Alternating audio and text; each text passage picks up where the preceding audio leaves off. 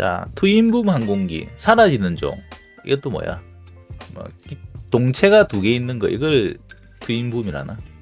자, 항공기 초기 시절 항공기 설계 분야에서 막 형성되기 시작했고요. 엔지니어들은 끊임없는 새로운 개념을 만들었다. 자, 공기 역학적 레이아웃을 획기적으로 혁신하는 완전 기이한 것까지 다양하게 나왔고요. 빠르게 테스트도 되었다가 잊혀져갔다. 그 장비 중 일부를 토대로 마련한 영상인 것 같습니다. 자, 트윈붐 어떤 건지 한번 봅시다. 고!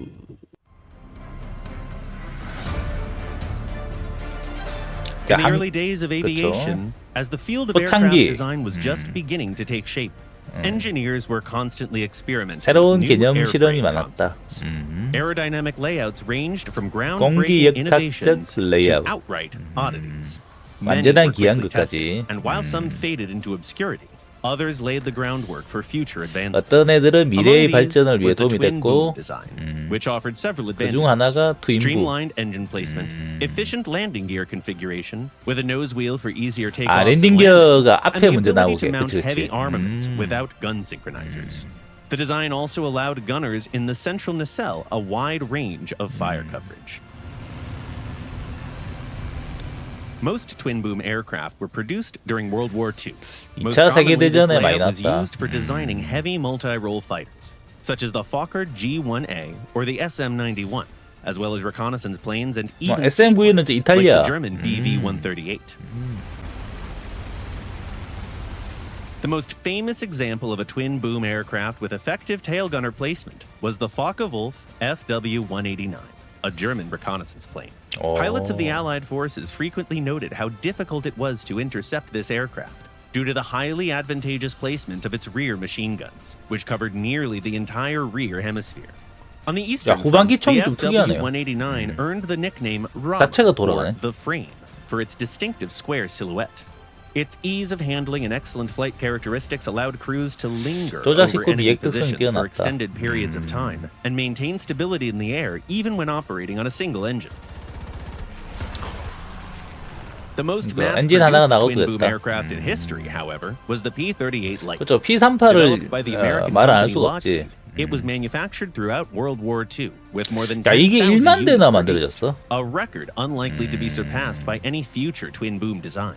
The efficient arrangement of components ensured excellent balance. 근데 파일럿들이 시야가 안 좋다고 싫어했다던데. provided good maneuverability 날개 for an 때문에 aircraft 아래쪽 of its 보기 weight. 힘들었어요. During the war, Lightning served as reconnaissance planes, ground attack aircraft, and night fighters. The top U.S. Air Force aces flew P-38s, as did the famous pilot and author Antoine de Saint-Exupéry. Notably, P-38s played a key role in the audacious Operation Vengeance, which targeted and eliminated 일본 Admiral 유명한 Isoroku 장군도 Yamamoto, the 잡았다 commander-in-chief of the Japanese Navy.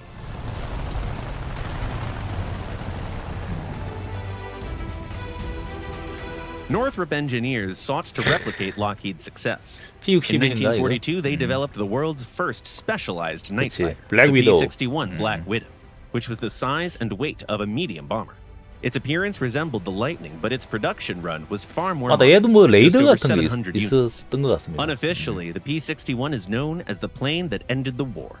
In August 1945, after Japan officially surrendered, a P-61B named Lady in the Dark shot down a Ki-44 interceptor, whose pilot may not have been aware of the ceasefire. Even neutral Sweden embraced the twin-boom design during the war. In 1943, Saab introduced the J-21, a fighter equipped with one of the first production ejection seats. Its rear-mounted pusher propeller made conventional bailout impossible, so this innovation was a necessity. The J-21 debuted in the war's final year. 그렇죠. But 이게 instead of 심지어 fading into 제트 엔진 obscurity, 집어넣은 it was 것도 있죠. modernized in 1947 with de Havilland Goblin turbojet engines, purchased from Britain, creating the upgraded J-21R, which also entered series production. The British company de Havilland was among the last to use the twin-boom design for production jet combat aircraft. Their famous lineup, including the Vampire, Venom, and Sea Vixen, with their distinctive appearance, became a hallmark of British post-war aviation and saw widespread export success. Despite its advantages, the twin-boom layout never replaced the classic single fuselage design. One key challenge was 이백선의 building 미사일 compact yet 내발이 strong 기가 tail 막힙니다. booms, which 속도도 often 잘 ended 나고 up being 기총이 structurally 없지만 inefficient. 이제 골장비거든요. For instance, on many 8.7에 American 저만한 게 models, the 없어요. booms housed little more than control rods for the rudders.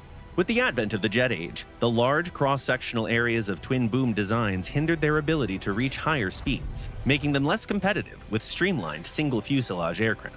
Still, much like biplanes, twin boom aircraft remain a fascinating 좀 더 chapter 고속을 in 내기에 aviation 불편한 history, 디자인이라 far from 결국은 being 버려졌다 이 forgotten. 말이네.